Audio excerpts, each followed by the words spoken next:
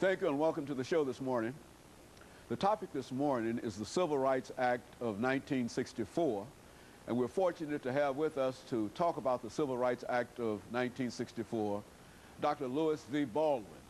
Dr. Baldwin is in the Department of Religious Studies at Vanderbilt University, and of course, Dr. Baldwin, we've introduced you on so many occasions, That's and right. I think this is the first time we ever introduce you as being from Tennessee State University, because I think that we all understand that you're at Vanderbilt University and have been for the last almost 20 years. So right. let's have you, Dr. Baldwin, to talk about your background and other information, and so that those individuals who might not know you, and I can't imagine there being too many people who might not know you from this particular show, but to give us some information about your background, your education, and then we'll get into the Civil Rights Act of 1964. Okay.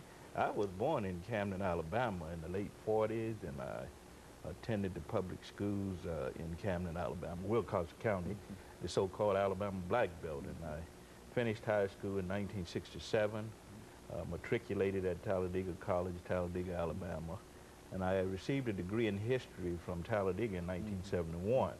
From that point, I went to Crozer Theological Seminary, and I was there from 71 to 75, receiving both the Master of Theology degree and the Master of Arts degree in Black Church History. And in 1980, I graduated from Northwestern with a PhD in the History of Religions. But going back to my high school days, I had an opportunity to participate in some of the activities in the South, some of the sit-ins and demonstrations, and also to observe a lot.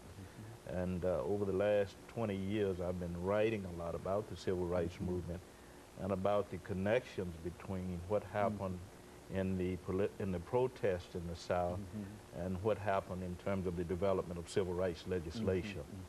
Very good. And of course, Dr. Baldwin, we also know that you one of the preeminent Martin Luther King scholars, and since Dr. King played such a crucial role in the civil rights movement, we would expect you to bring in, that kind of information in dealing with this Civil Rights Act of 1964. But let's see, Dr. Baldwin, if we might be able, during this first segment, to simply have you to make some preliminary statements in reference to the significance of this act, and then we'll use the other time to talk about specifics in reference to it. I think the first thing we have to keep in mind is that the Civil Rights Act of 1964 was the most sweeping and the most comprehensive piece of civil rights legislation introduced up to that point.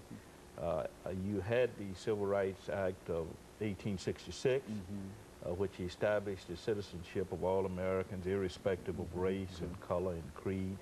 1875, you had another Civil Rights Act, which of course dealt with discrimination in public accommodations, inns, theaters, etc.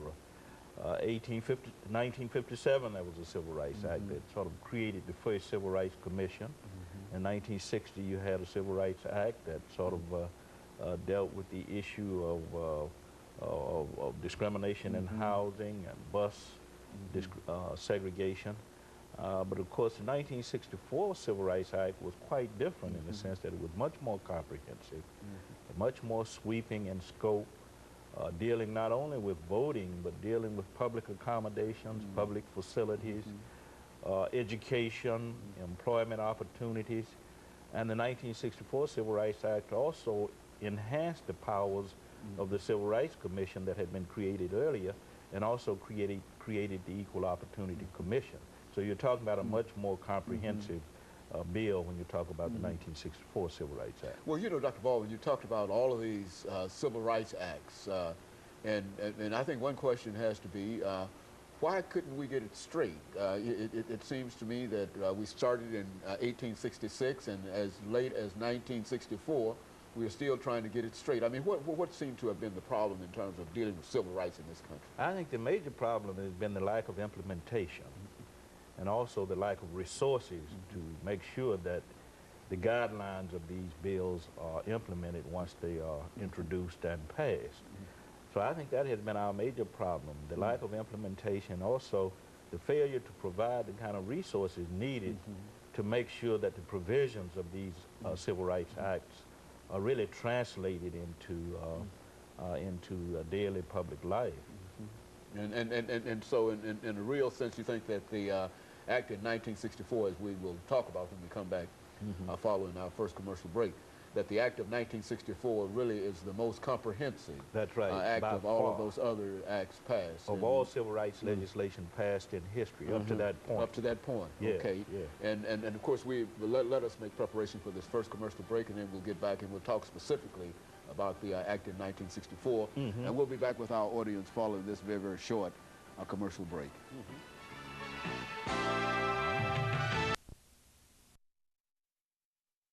The topic is the Civil Rights Act.